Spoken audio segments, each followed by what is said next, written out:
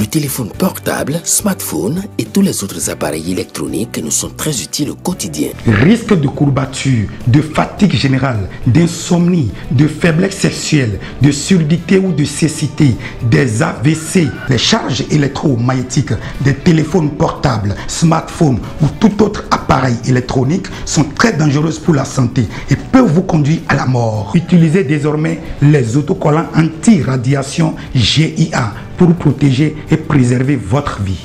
Les amis, faites comme moi, Gégé Lapino, en adoptant DMA GIA.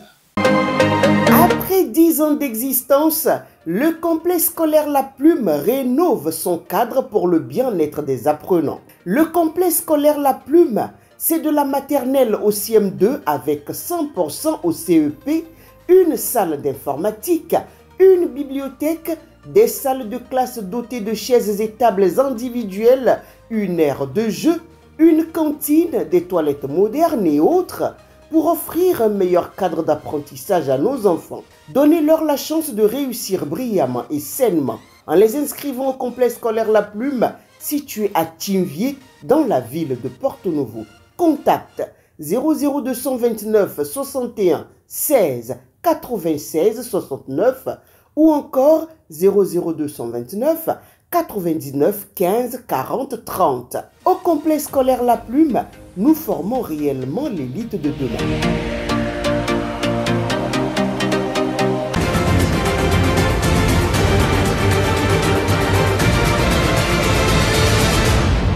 Guérit TV Monde, le leader des Web TV au Bénin.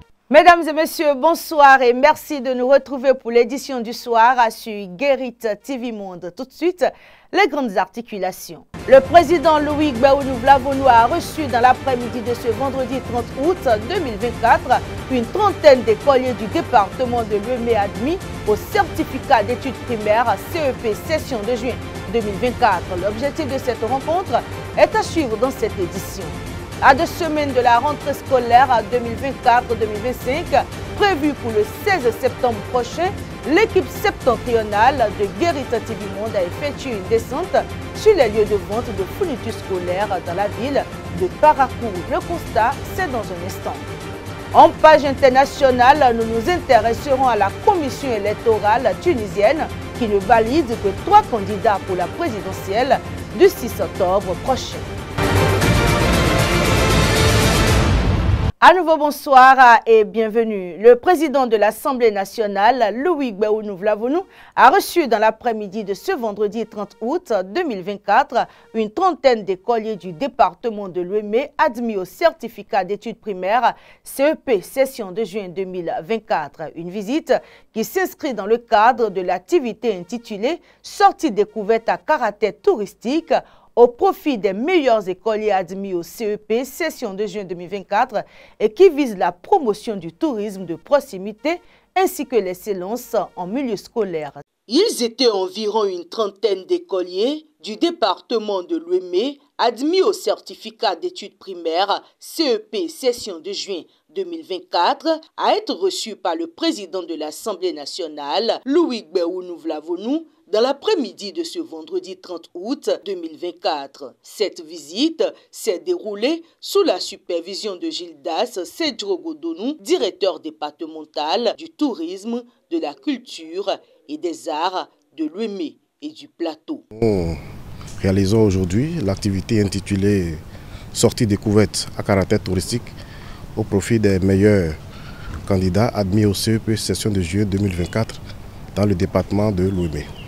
Cette activité est bien entendu une activité qui est inscrite au plan de travail annuel de la direction départementale du tourisme, de la culture et des arts du département de Louémé. Elle est une activité qui vise essentiellement à célébrer l'excellence en milieu scolaire, mais également à promouvoir le tourisme local. Nous avons essentiellement tracé un circuit aujourd'hui qui prend en compte la commune de Porto-Novo et celle d'Adjara. Cette rencontre s'inscrit dans le cadre de l'activité intitulée « Sortie découverte à caractère touristique » au profit des meilleurs écoliers admis au CEP, session de juin 2024. très enthousiastes de l'accueil qui leur a été réservé par la première autorité de l'Assemblée nationale du Bénin. Les représentants des lauréats ont exprimé leur gratitude et formulé des prières à l'endroit du président de l'Assemblée nationale. Je voudrais remercier le président de l'Assemblée nationale du Bénin pour sa gratitude et je le remercie aussi pour tout ce qu'il fait pour l'évolution du pays et que Dieu le protège jusqu'à sa mort. Je voudrais remercier le président de l'Assemblée nationale pour sa gentillesse infinie. Je prends aussi par cette occasion pour remercier toutes les autorités qui ont œuvré afin que nous soyons présents à cet instant. Agréablement surpris par la générosité du président de l'Assemblée nationale, César Gildas Cedro Godonou, directeur départemental du tourisme, de la culture et des arts de l'Ouémé et du Plateau, a tenu à témoigner sa reconnaissance. Il faut d'abord dire que c'était le moment le plus fantastique de cette journée, dans la mesure où le président de l'Assemblée nationale du Bénin s'est montré très paternel. Nous avons prévu des kits que nous devons offrir aux enfants. Et grande a été notre surprise qu'à cette étape, le président de l'Assemblée nationale a ajouté du bonus en offrant à chaque lauréat un lot de cahiers et de bics. Et cela n'était pas prévu et ça nous fait dire que le président de l'Assemblée nationale est un bon père de famille et l'a toujours démontré. Rappelons que l'objectif poursuivi par cette sortie est de célébrer l'excellence en milieu scolaire et de promouvoir le tourisme de proximité. En bref, les conseillers de la 7e mandature de la Haute Autorité de l'Audiovisuel et de la Communication HAC sont en séminaire d'appropriation des tests régissant l'institution. Cet atelier dont les travaux sont dirigés par le président Edouard Loko se tient à Boycon du 2 au 3 septembre 2024. L'objectif poursuivi est de renforcer la compréhension et l'application des tests régissant le fonctionnement de l'instance de régulation. La prolifération des faux médicaments persiste sur le territoire national malgré les actions enclenchées par le gouvernement du chef de l'État Patrice Talon. Pour le quotidien La Guérite, le gouvernement doit intensifier la lutte à travers certaines mesures drastiques. Suivez plutôt.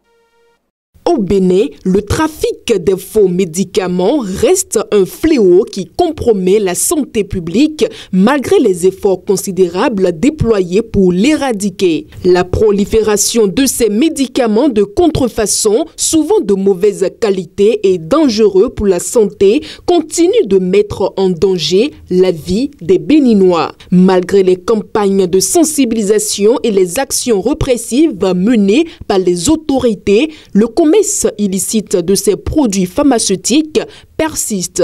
Face à cette situation alarmante, il devient impératif de traquer et de décourager à jamais les trafiquants et leurs complices. Les mesures actuelles, bien qu'importantes, semblent insuffisantes pour endiguer ce phénomène. Pour atteindre cet objectif, il est nécessaire de renforcer les renseignements efficaces aux frontières, point d'entrée stratégiques par lesquels ces faux médicaments inondent le marché béninois. Une meilleure coordination entre les forces de l'ordre et les services de douane pourrait permettre d'améliorer la détection et l'interception de ces produits illégaux. Cependant, un autre obstacle majeur freine la lutte contre ce fléau. La résistance de certains individus et groupes qui sabotent les actions et réformes mises en place par le président Patrice Talon dans le secteur pharmaceutique.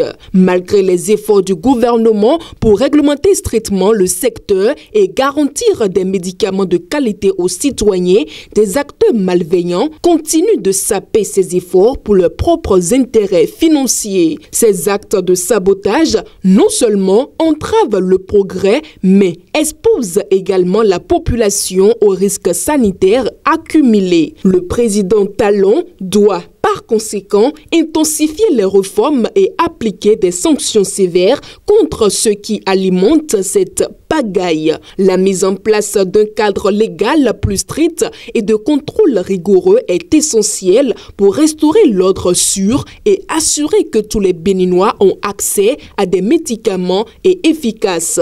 La lutte contre le trafic de faux médicaments ne doit pas être seulement l'affaire du gouvernement, mais également celle des citoyens, des professionnels de la santé et de la société civile, tous unis pour un Bénin en meilleure santé. Enfin, il est urgent de redoubler d'efforts pour éradiquer le trafic de faux médicaments au Bénin. Cette lutte ne peut être gagnée qu'à travers une action concertée et déterminée avec des sanctions exemplaires contre les contrevenants et un soutien massif aux réformes du président Talon. La santé de la nation en dépend. Direction le nord du Bénin, la ville de Parakou a enregistré des inondations dans plusieurs quartiers le vendredi 30 août 2024 suite à une pluie torrentielle qui a arrosé la ville pendant plusieurs heures. Cette catastrophe naturelle a créé de nombreux dégâts matériels et même une perte en vie humaine. Mais selon le directeur des services techniques de la mairie, Gislain Agossadou, des actions sont en cours pour pallier ce genre de situation. En voyage, il évoque dans cette interview téléphonique qu'il nous accorde les potentielles causes de cette catastrophe naturelle enregistrée dans la cité des Koboro. Les propos recueillis, c'est avec Anselmo Richa et David Yémé. D'une manière générale, par plusieurs causes. L'urbanisation croissante liée à la pression foncière et l'imperméabilisation des sols qui en découlent sont des facteurs aggravants des risques d'inondation en milieu urbain, notamment par ruissellement pluvial. De ce fait, les réseaux d'assainissement font face à un excédent d'eau qui dépasse leur capacité d'absorption. À Parakou ici, on peut ajouter un certain nombre de comportements non civiques d'un certain nombre de nos concitoyens, comme le ramassage sauvage du sable de rigole dans les fossés latéraux des rues, l'obstruction des exutoires par des dépôts de déchets au lieu de contracter un abonnement avec les ONG de ramassage d'ordures. Et enfin, le non-respect des normes constructives. Vous avez le cas, par exemple, des bâtiments ne respectant pas les cotes minimales d'élévation des soubassements. En effet, la ville de Parakou est située entre deux vallées, donc sur une crête. Toutefois, son relief étant constitué de croupes et de vallons qui sont de petites dépressions allongées constituent des couloirs de circulation des eaux. De ce fait, lorsque ces derniers sont mal aménagés ou même fermés, ajoutés aux pluies torrentielles telles que nous les avons connues aujourd'hui, on peut bel et bien enregistrer des inondations dans notre ville. Nous pouvons citer deux grands projets que sont la phase B du projet asphaltage et le projet d'assainissement pluvial des villes secondaires, communément appelé projet PAPVS. Pour ce qui concerne le premier, phase B de l'asphaltage, il faut dire que la remise de site a été effectuée le vendredi 19 juillet 2024 et déjà le 5 août 2024, le démarrage des travaux a été effectif. Donc à ce niveau, au niveau de ce projet, nous pouvons dire que les choses avancent de manière convenable. Alors quant au second projet, le projet PAPVS, nous pouvons dire aussi que à ce niveau, les activités se déroulent de façon normale et à telle enseigne que la majorité des personnes affectées par ce projet sont déjà payées et le reste est en cours donc de règlement. Il est nécessaire que j'éclaire un peu les populations par rapport au projet PAPVS. L'objectif de ce projet est d'atténuer les inondations et leur impact en assainissant le cadre de vie des populations, des villes ciblées et de renforcer leur résilience face aux inondations dues au changement climatique. Plus concrètement, dans le cas du projet PAPVS, nous aurons des rues qui seront bitumées ou pavées toujours, mais beaucoup plus de grands collecteurs. Nous aurons des caniveaux, mais plusieurs kilomètres donc de grands collecteurs, ce qu'on appelle communément les collecteurs à ciel ouvert, pour recevoir donc les flots d'eau que nous observons suite aux pluies dans la ville de Parakou. Nous restons toujours à Parakou pour dire qu'à 2 semaines de la rentrée scolaire 2024-2025, prévue pour le 16 septembre prochain, les parents d'élèves peinent à résoudre les équations à multiples inconnues. Face à la morosité économique ambiante, beaucoup n'arrivent toujours pas à remplir leurs obligations parentales, l'achat des fournitures scolaires pour leurs enfants. Un tour sur les lieux de vente de ces articles dans la ville de Parakou a permis à notre équipe de faire ce constat. On retrouve Anselmo Richa et David Yémé pour le point. À 2 semaines de la rentrée scolaire prévue pour le 16 septembre prochain, les acteurs du système éducatif béninois se préparent à reprendre le chemin des classes. Cependant, à Parakou, les stands de vente de fournitures scolaires peinent à attirer les foules. Les parents qui s'apprêtent à remplir leurs obligations parentales viennent en effet au compte-gouttes. Les clients ne viennent même pas. À compte-gouttes là, c'est un abus de langage, même sinon j'allais dire même que les clients ne viennent pas. Les gens ne viennent même pas demander le prix pour et partir. Dans les années antérieures, les gens venaient même demander le prix et partir. Cette année-là, à des mois derniers même, je me pose la question, est-ce que les gens nous voient même? Parce que c'est comme si nous ne sommes pas là, quoi. Je me pose la question, est-ce que les gens nous voient ou bien ils ne connaissent pas la date de la rentrée? Parce que les gens ne viennent pas. Peut-être ils attendent la pré-rentrée avant de commencer par venir. On espère quand même. On ne se décourage pas. Bon, le marché, bon, au début, ce n'est jamais bon.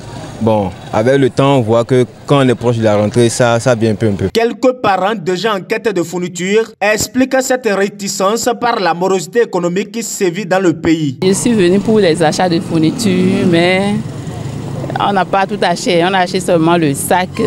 On a acheté un sac qui coûte vraiment cher, à 10 000 francs. Et ça reste les fournitures qu'on viendra acheter après. J'attends des sous qui ne sont pas encore prêts. Donc, et compte tenu de la situation financière du pays aussi, mais d'ici quelques jours, ça va s'améliorer parce que la rentrée est pour bientôt. C'est notre responsabilité parentale, on doit y faire. Je suis de passage pour payer une partie de la sécurité de mon enfant. J'ai constaté que les choses pour cette fois-ci ont augmenté légèrement des prix. Le programme que j'avais fait depuis la maison a fait que je n'ai pas pu acheter la totalité des choses prévues depuis la maison. Le temps aussi, ce n'est pas du tout amusant. Ce qui reste, je vais répartir et faire un autre programme. Vu que les prix ont changé, je n'ai pas le choix. Je vais faire un autre programme et revenir après pour payer le reste. Malgré des avis divergents, les revendeurs affirment que les prix des fournitures scolaires n'ont pas connu d'augmentation. Le marché, ça ne va pas. Bon, pourtant, cette année, les cahiers ont diminué de prix, beaucoup de choses ont diminué de prix, mais on ne voit pas, on ne trouve pas des clients comme ça, donc ça ne nous arrange pas. Cette année, maintenant, si vous prenez le cahier qui était à 1500 l'année passée, bon, le paquet, maintenant, cette année, c'est à 1300. Même nous, on fait ça, si d'autres aussi 10 200, on les fait ça, pourtant, les clients ne viennent pas comme ça. Les choses ne sont pas chères. C'est parce qu'il n'y a pas l'argent dans le pays que les parents trouvent que les choses sont chères. Sinon, les choses ne sont pas chères. C'est les prix de l'année passée, c'est les mêmes prix. Il y a des cahiers de 1400, il y a des cahiers de 1300. Vous voyez que les cahiers ne sont pas chers, c'est les mêmes prix que l'année passée. Afin de ne pas être pris de coup par la rentrée scolaire, les revendeurs exhortent les parents d'élèves à effectuer les achats, même partiellement. Nous suggérons aux parents de sortir parce que la rentrée approche, c'est le moment de préparer la rentrée. Il ne faut pas attendre. Parce que acheter en gros comme ça, c'est pas facile. On prie aux parents d'élèves pour qu'ils trouvent l'argent pour sortir. Parce qu'il y a les parents d'élèves, il y a plein de gens qui n'ont pas encore acheté. Tout cela, c'est à cause de l'argent. L'État a dit, on prie pour eux pour qu'ils trouvent l'argent et sortent pour venir nous visiter, acheter les choses. En dépit de la morosité économique ambiante, la rentrée scolaire se déroulera comme prévu le 16 septembre prochain. Hors de nos frontières à présent.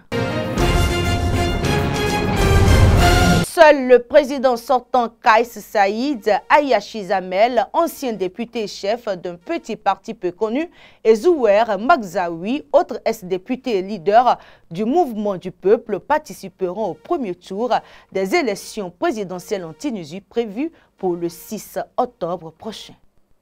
L'instance supérieure indépendante pour les élections, ISIE, a pris ce lundi 2 septembre la décision de verrouiller définitivement la course à la présidentielle tunisienne Passons outre les récentes décisions de réintégration de certains candidats prises par le tribunal administratif de Tunis. Finalement, seuls 3 candidats, dont le président Kaïs Saïd, participeront à cette élection qui ne devrait pas réserver de grandes surprises et dont le premier tour est prévu pour le 6 octobre prochain. Les 2 autres sont Ayachi Zamel, ex-député et chef d'un petit parti peu connu, placé en garde à vue lundi matin pour une affaire de falsification de parrainage, et Zouaï Magzaoui, autre ancien député et leader du Mouvement du Peuple, un parti qui a soutenu le coup de force de Saïd lorsqu'il s'est arrogé le plein pouvoir le 25 juillet 2021.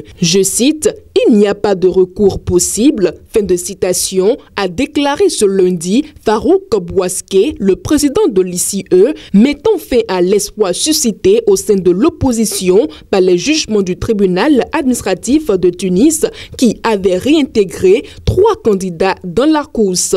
Pour justifier sa décision, Bouaské a souligné que seule l'ICE était constitutionnellement compétente pour gérer le processus électoral. Il a également affirmé que le tribunal administratif n'avait pas transmis ses décisions à l'ICE dans les délais impartis. La passeport de cette édition.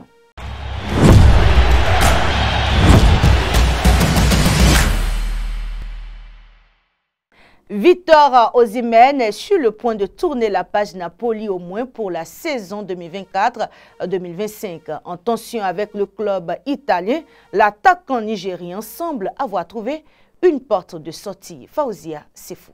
Selon les dernières rumeurs confirmées par le célèbre journaliste Fabrizio Romano, Osimhen est en passe de rejoindre Galatasaray. En effet, les sources ajoutent qu'il s'agirait d'un prêt d'une durée d'1 an. Placardisé par Naples, l'attaquant aurait une nouvelle opportunité de briller sur les terrains européens en Turquie. Il a déjà donné son accord pour l'opération, rapportent les mêmes sources fiables. Affaire donc à suivre.